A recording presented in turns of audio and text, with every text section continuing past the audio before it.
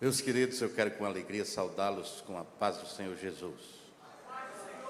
Desde já convido a todos para fazer comigo a leitura do texto sagrado que costumeiramente fazemos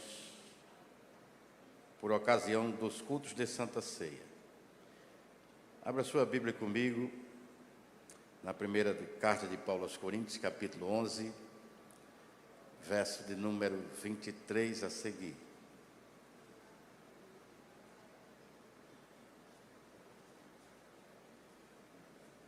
Primeira carta de Paulo aos Coríntios, capítulo 11, versículo de número 23. Quem encontrou, diga graças a Deus.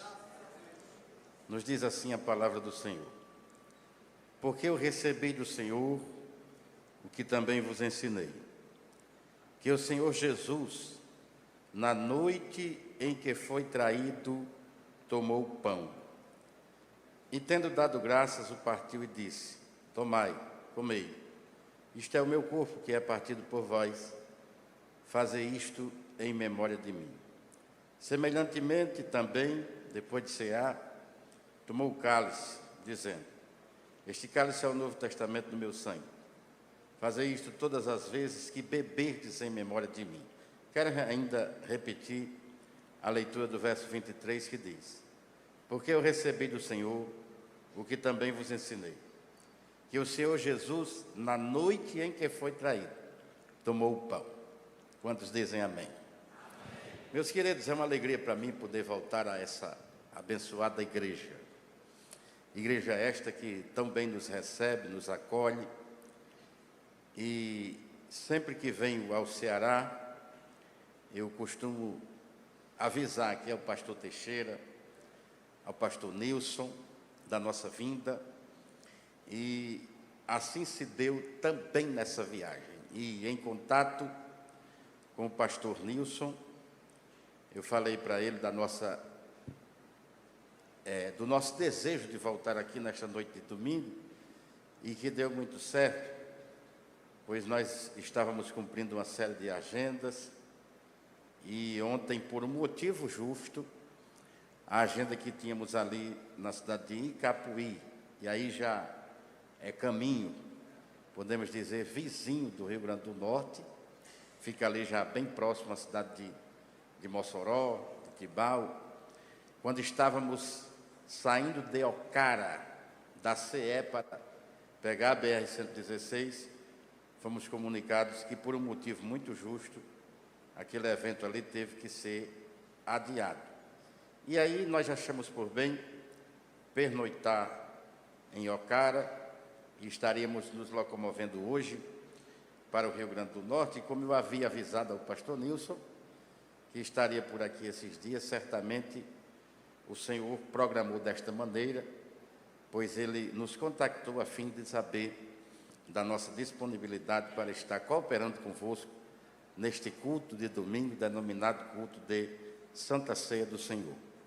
Nós, sempre que temos a alegria de vir a essa abençoada igreja, voltamos com as melhores, as maravilhosas impressões possíveis, pois a maneira como vocês trabalham para Jesus sempre me fascina. Sempre que aqui chego, sou muito bem tratado.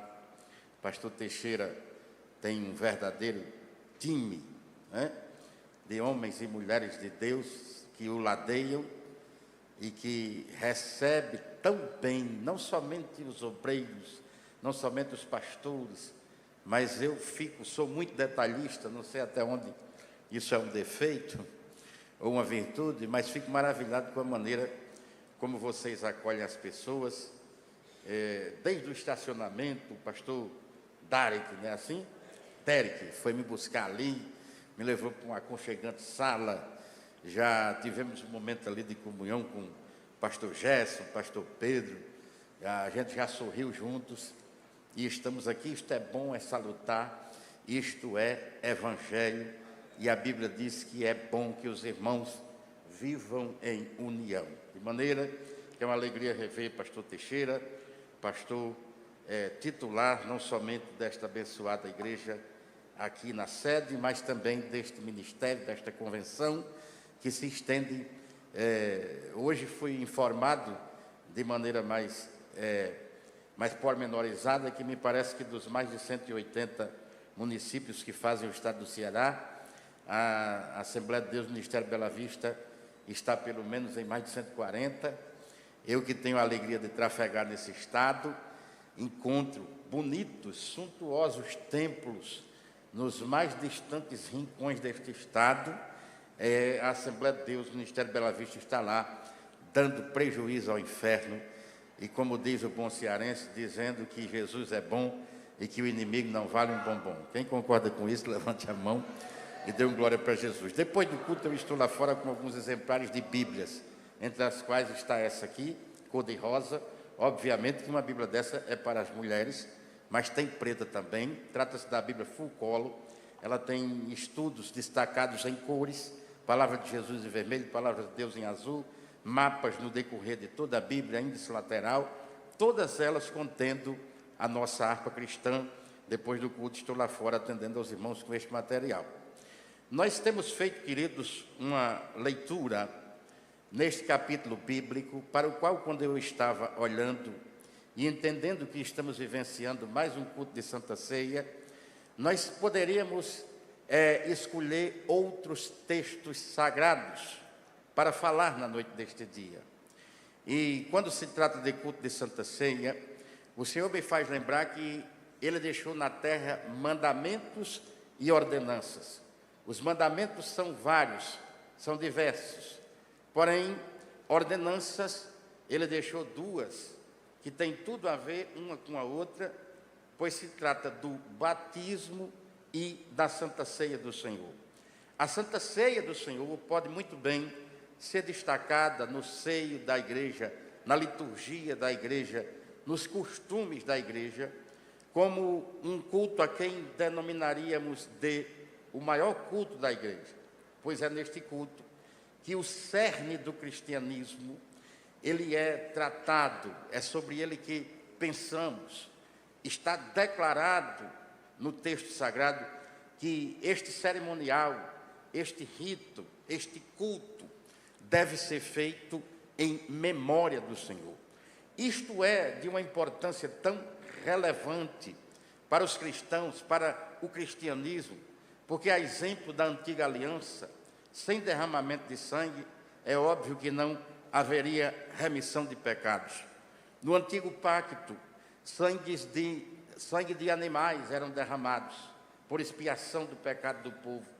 Isto era feito de forma temporária, porque todo ano isto tinha que acontecer. Porém, quando olhamos para a cruz do Gólgota, o nosso coração se enche de gozo, de alegria, de paz, e entendemos que vale a pena por demais deixarmos o aconchego do nosso lar, deixarmos aquela cama quente, deixarmos aquele ar condicionado e dizermos: hoje eu vou à Assembleia de Deus, Ministério Bela Vista, na Praça da Bandeira, glorificar, exaltar, bendizer ao nome do meu Senhor neste culto de Santa Ceia, porque antes de tudo Ele morreu por mim. E já foi feito uma leitura concernente à ceia do Senhor aqui, que se encerra com uma expressão, no mínimo maravilhosa, a respeito do que tange a cristianismo, quando diz que o anjo do Senhor interroga alguém que foi ao túmulo vazio no domingo de manhã e disse para eles: por que vocês buscam entre os mortos aquele que está vivo? Ele morreu, mas ele ressuscitou. De maneira que em cultos de Santa Ceia, convém lembrar da morte do Senhor, sim, mas acima de tudo, parar diante da ideia de que se ele não tivesse ressuscitado, é como diz a irmã Alice Maciel naquele hino, nós nem aqui estaríamos. Poderíamos escolher para falar na noite deste dia, Mateus capítulo 26, e aí a história da Santa Ceia na Bíblia, ela é tão relevante para o cristianismo, que não foi somente Mateus que escreveu. Nós poderíamos recorrer a Marcos 14, poderíamos recorrer a Lucas 22 de maneira mais direta, poderíamos ter usado como leitura o capítulo de número 13 do Evangelho de João, que não fala da ceia propriamente dita, mas me parece que aquele texto vem nos informar que ali a Páscoa dá lugar à Santa Ceia. E o apóstolo São Paulo, ele falou palavras à igreja de Corinto, igreja que estava sob seus cuidados pastorais, que no nosso costume litúrgico de Assembleias de Deus no Brasil, é o texto a quem podemos dizer que de tantos que fazem menção à ceia do Senhor, ele é o texto escolhido para nos debruçarmos sobre ele, em todas as ocasiões nas quais mensalmente glorificamos o nome de Jesus. Olhando para esse texto, me convém lembrar que Paulo falava aqui para a igreja da imponente cidade de Corinto. Corinto, que era uma importante cidade da Grécia, neste contexto de mundo, nesta ocasião específica. Corinto, que sendo uma cidade portuária, ela recebia os mais diversos tipos de pessoas que iam para ali ou fazer comércio, ou se debruçar diante de ídolos pagãos. Ali era adorada Afrodite, deusa com D minúsculo, que para eles era a deusa do amor e da fertilidade. Ali era adorado Apolo, deus das danças, deus das luzes e tantos outros ídolos. Isto fez com que os crentes que ali estavam vivenciavam naquele momento uma fase de transição, uma fase de sair do promíscuo para o santo, sair daquilo que era impuro perante a grandeza do Senhor, para a partir de então viver uma vida de santidade. Quando eu olho para as expressões do apóstolo, ele que disse também aos Filipenses, por exemplo, capítulo 3, versículo de número 1, ele afirma dizendo: meus irmãos, eu não me canso de lhes dizer as mesmas coisas, porque é segurança para vós. Quando agora falava aquela igreja que estava sob seus cuidados pastorais, e por que não dizer que, sendo ela uma igreja detentora de dons espirituais, de muita sede pela presença de Deus, era também uma igreja na qual muitas arestas deveriam serem tiradas. O apóstolo a exorta não somente a viver uma vida de santidade, mas há uma preocupação muito direta da parte dele em organizar a liturgia do culto, a maneira como a ceia era tratada naquela ocasião, e para dar um enfoque todo especial naquilo que de fato era importante. Ele se encarregou de falar sobre coisas que de muita propriedade ele se utiliza para dizer: porque eu também vos ensinei. Ou seja, ele pega o verbo ensinar e conjuga no passado. Em outras palavras, aqueles que lhes ouviam já tinham ouvido falar das mesmas exortações. E aí, se eles foi direcionado por Deus desta maneira, eu quero falar daquilo que recebi do Senhor, ou seja, daquilo que eu já falei para vocês. Ele pega o verbo receber e conjuga no passado. Era a mesma coisa dele estar dizendo: eu lhes ensinei, mas quero repetir. Eu lhes ensinei, mas quero lhes ensinar de novo. Quantos concordam que aprender com Jesus é a coisa mais gloriosa? Que nós, como aluno dele, porque discípulo significa aluno, é a coisa mais gloriosa que podemos vivenciar na terra. Eu aceitei a Jesus Cristo no ano de 96. Chegaram para mim, que era um jovem drogado, que era um cheirador de cola, que andava nas calçadas, dormia nas calçadas, na sarjeta do lugar onde nasci, em Caicó, no Rio Grande do Norte. Chegaram para mim, disseram: você quer mesmo ser crente? Eu digo: é tudo o que eu preciso. Olharam para mim e disseram: tudo o que colocarem para você fazer, faça na obra de Deus. E o dia que eu me senti mais alegre, meu pastor Teixeira, foi quando me chamaram de morcego de igreja, porque me colocaram para ser servente de pedreiro da igreja. A igreja estava passando por uma reforma, e qual não foi a desculpa, no mínimo maravilhosa, que eu encontrei? Eu cheguei para o meu pastor e disse: meu pastor, para chegar aqui, eu ando 40 minutos a pé. Na hora do almoço, nesse sol causticante do sertão seridóense do Rio Grande do Norte, eu levo mais 40 para ir em casa almoçar. Eu quero fazer minha comida aqui. E quero ficar aqui o dia todo, porque me disseram que eu não posso perder culto, e principalmente o de doutrina. O pastor disse: está certo. E eu passei literalmente a morar na igreja. Se tinha um culto que eu esperava, era o de doutrina, porque me disseram que esse sim era que eu não podia perder. E os crentes daquele tempo, que boa parte deles que não tinham estudado muito, mas eram versados na sabedoria popular, botavam no culto de doutrina os mais diversos nomes. Tinha crente que dizia que era o culto do chicote, tinha crente que dizia que era o culto do capim verde, tinha crente que dizia que era o culto do mocotó com pirão do céu. E eu ficava naquele meio como novo convertido, aprendendo estas coisas. Mas o que mais me chamava a atenção era o irmão José, que trabalhava na feira. Ele era assim como eu, não gostava de perder culto. E tinha uma hora que, quando Deus usava o pastor Antônio Marrocos, sobrinho, um dos maiores doutrinadores que eu conheço, é vivo, um exímio ensinador da palavra de Deus, e a coisa ficava muito boa, e Deus ministrava a igreja. O irmão José, lá no último banco, gritava: manda mais, Jesus, porque sendo de ti até apanhar é gostoso.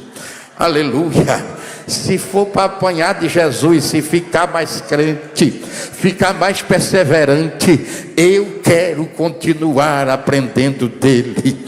Há uma expressão no mínimo maravilhosa quando fala da santidade de Deus, porque diz que é a beleza da santidade. Então eu botei na cabeça que todo crente santo é lindo, que todo crente santo é bonito, e que todo santo crente vai ficando mais bonito ainda.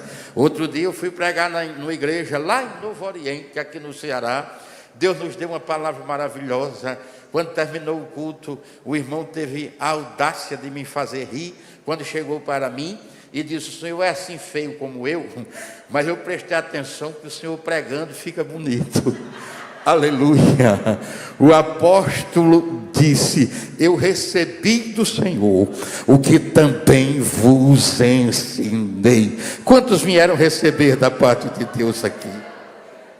Para dar um enfoque principal ao valor que tem a Santa Ceia do Senhor, o apóstolo poderia ter falado da noite em que Jesus foi preso, da noite em que Jesus foi vendido, da noite em que Jesus foi esbofeteado, da noite em que Jesus foi zombado, da noite em que confeccionaram uma coroa de espinho para colocar na cabeça dele. Mas o Espírito de Deus, utilizando-se da vida do apóstolo, ele disse: o Senhor Jesus, na noite em que foi traído. Irmãos, é impossível lembrar de ceia do Senhor sem lembrar do amor do Senhor. É impossível lembrar do amor do Senhor sem saber que Deus não somente nos amou e não somente nos ama, mas baseado em João 3,16, quando o apóstolo, mesmo pelo Espírito de Deus, não conseguiu palavras para expressar a maneira que Deus amou o mundo, ele usou de tal maneira. Fulano de tal é algo indefinido. Eu vou a tal lugar. É quando você procura uma palavra e não consegue expressar. Ele, tentando mensurar o tamanho do amor de Deus, ele diz: Deus amou o mundo de tal maneira que deu seu Filho unigênito, para que todo aquele que nele crê não pereça, mas tenha a vida eterna.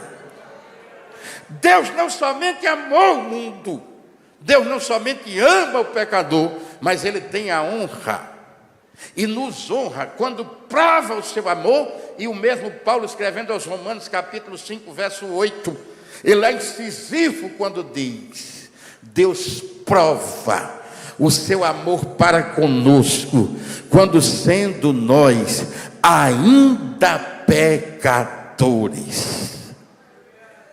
Capítulo 8, versículos 38 e 39.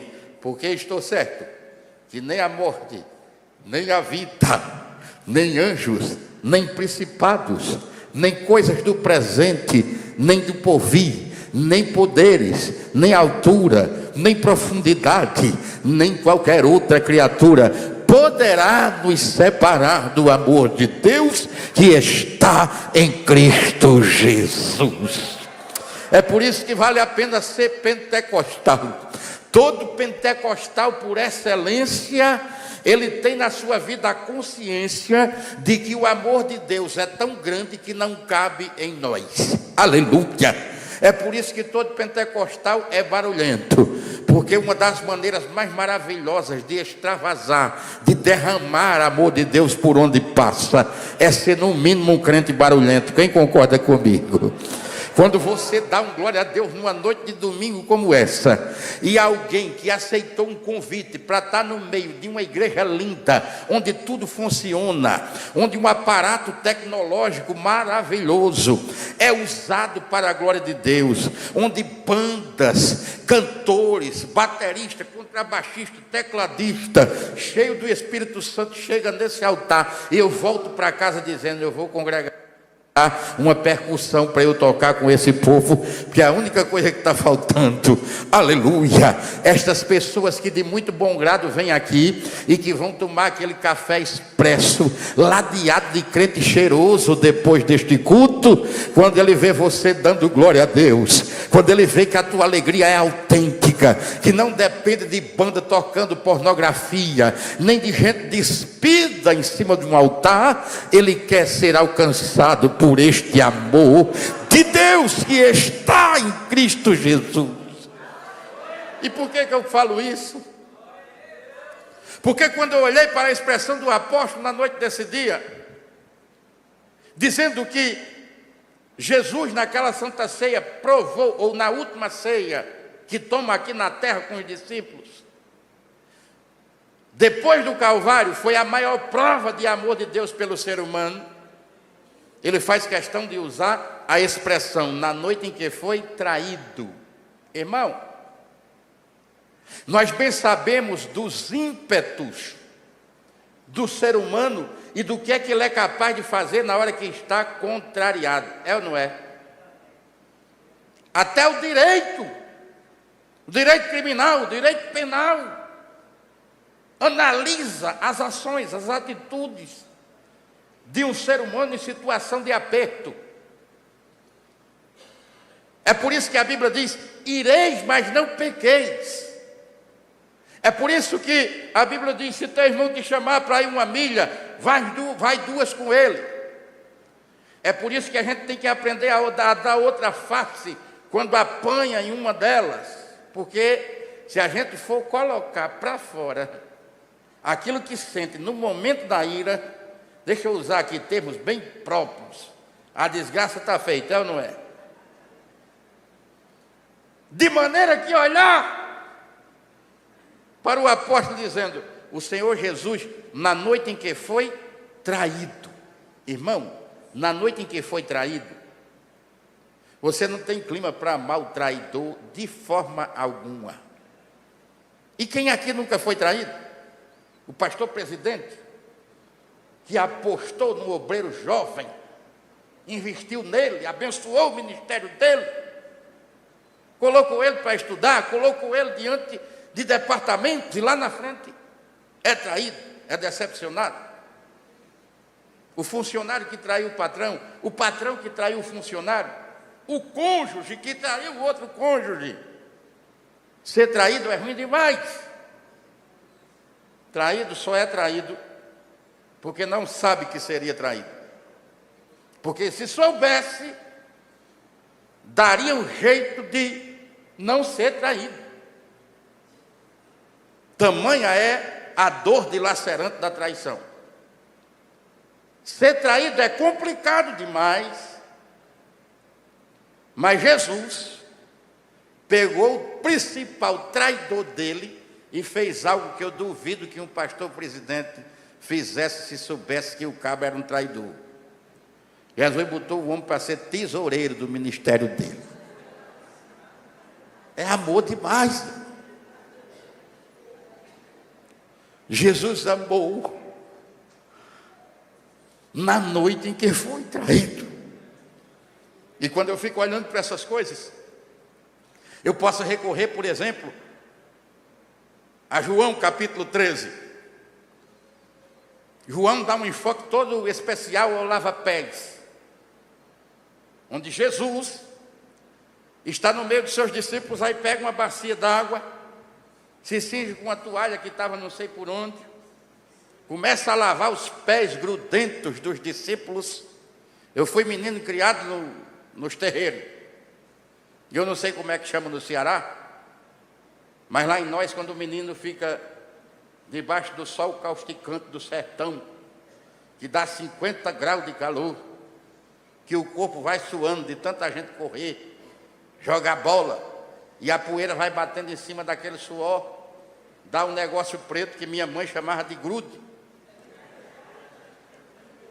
Era mais ou menos o que acontecia com os pés daqueles discípulos. A Palestina é quente, quem já foi lá sabe. Um pé suado com poeira em cima, cria esse negócio chamado grude. Jesus, a própria personificação do amor de Deus, pegava aqueles prezão grudento, botava na bacia. Pedro, que sempre quis dar um showzinho de espiritualidade, disse: não, senhor, meu pé o senhor não vai lavar não. Jesus disse: então tá, então tu não tem parte comigo. Ele disse: Deus me livre, me lave todo. Ele olha para os discípulos e disse: esta noite nenhum de vós há de me trair. E é óbvio que a turma ficou no mínimo aperreada. Aproveitaram que João estava sempre com a cabeça no peito do mestre, fizeram sinal: pergunte aí quem é. Jesus olha e diz: aquele a quem eu der o bocado molhado. É interessante que eu já vi teólogos dizerem que isto aqui tem no mínimo duas interpretações. A primeira é que molhar o pão no vinho e dar para alguém era o simbolismo de honra. A segunda era que nós só comemos o pão separado do vinho, porque o pão misturado com vinho significava carne da qual o sangue não foi derramado. Portanto, era a mesma coisa de dizer: Judas, eu estou te dando isso aqui porque eu sei que tu sabe que eu sei que tu és o traidor. E é interessante que meu Jesus nunca mentiu. E não é que quando o infeliz foi entregá-lo, ele chamou-lhe de amigo. Se meu Jesus nunca mentiu, irmão, ele estava dizendo para Judas Iscariotes: infeliz, tu deu uma de amigo meu, mas é falso. Mas eu sou Deus. Eu não posso negar-me a mim mesmo. E eu sou teu amigo verdadeiro até o fim. Eu estou sentindo uma graça especial de Deus nesta palavra aqui hoje. Você vai ser amigo, você vai ser amiga de quem não é teu amigo. É difícil, pastor, é difícil, é o prédio alto. O amor de Deus está derramado no teu coração pelo Espírito que nos foi dado. O amor chama-se Cristo, que amou até o fim, mesmo na noite em que foi traído. Para encerrar, irmãos, nós estamos em um culto de Santa Ceia. Eu não posso tomar o tempo todo. Eu estava uma vez no gabinete do pastor Elinaldo Renovado. Foi meu pastor ali em Parnamirim, congreguei com ele muito tempo. Um dos maiores expoentes da palavra de Deus nesse país. Escritor de várias obras, revistas da escola dominical. E naquele dia, se eu conheço crente mesmo, eu entrei na sala dele na prova, numa dificuldade. Mas para quem pensa que vida de pastor é só bonança, você está muito enganado. Vida de pastor não é só chegar cheiroso, bonito e dirigir culto, não, irmão. Aliás, esses aí é os momentos de mais alento que Deus prepara para a gente se derramar na presença dele. Se eu conheço o crente de verdade, naquele dia quando eu entrei na sala do pastor e eu estava numa prova muito grande, não era só eu que estava na prova, não. O pastor também estava. E é óbvio que ele não foi abrir sua vida particular para comigo. Mas eu não conheço um negócio melhor para crente na prova do que meditar na palavra do Todo-Poderoso. Na medida que a palavra vai trabalhando na nossa alma, no nosso ser, no cerne do âmago da nossa existência. Ah, irmãos, muitas vezes o que nós sentimos vai se traduzindo em lágrimas, e na medida que a lágrima rola no rosto, a graça do Senhor vai banhando o nosso ser para um momento de renovação espiritual. Há um momento de um derramar, de um bálsamo glorioso da parte de Deus aqui na vida de líder que porventura está sofrendo porque investiu em alguém que não entende o que Deus tem feito na vida dele através da sua. Mas se prepare, porque a Bíblia que eu leio diz: quem intentará acusação contra os escolhidos de Deus, é Deus quem o justifica. Ele vai falar por você e está te dando capacidade somente de perdoar.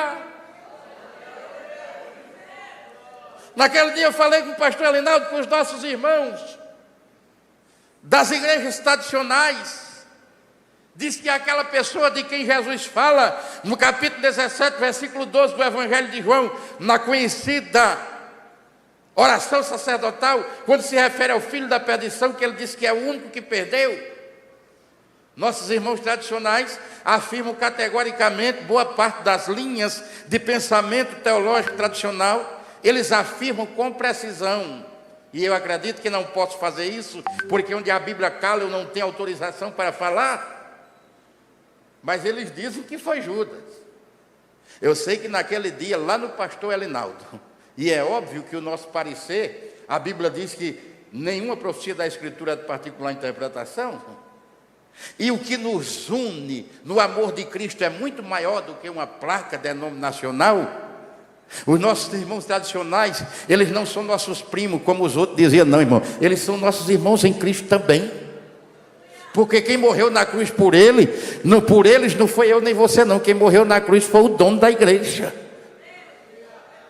Mas naquele dia, eu e o pastor Alinaldo, através de choro, de lágrimas, de alegria no espírito, em meio a salmos, hinos e cânticos espirituais, nós saímos dali convictos de que quando Jesus olhou para o traidor, e mesmo na noite que foi traído, tomou o pão e deu para ele, que ele sabia que o trairia, era a mesma coisa de dizer: Judas, eu sei que tu sabe que eu sei que tu vai me trair, mas o amor de Deus está personificado em mim.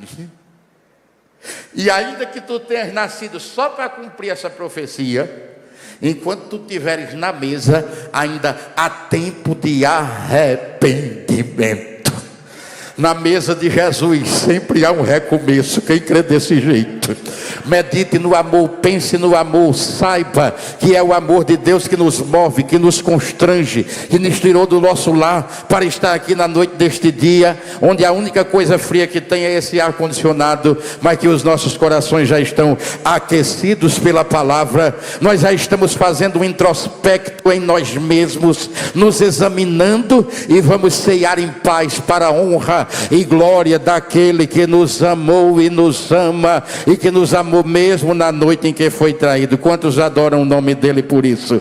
Quantos glorificam o nome dele por isso? Exalte o nome do Todo-Poderoso. Fecha os teus olhos, deixa eu orar por nós em breves palavras. Deus, eu ministrei a tua palavra uma vez mais. Estamos em um culto de ceia. Daqui de cima eu vejo vidas quebrantadas, que tenha a honra e a alegria de te buscar, de te servir, de te amar neste culto de Santa Ceia. Que haja em nós a intenção, o interesse, a vontade de nunca perdermos o privilégio de nos assentarmos em torno da sua mesa, porque isto é feito em memória do teu Filho que morreu por nós, para nos dar vida e vida abundante. Você tem esta vida em Cristo? Se você tem, dá o teu glória mais bonito para Ele. Amém.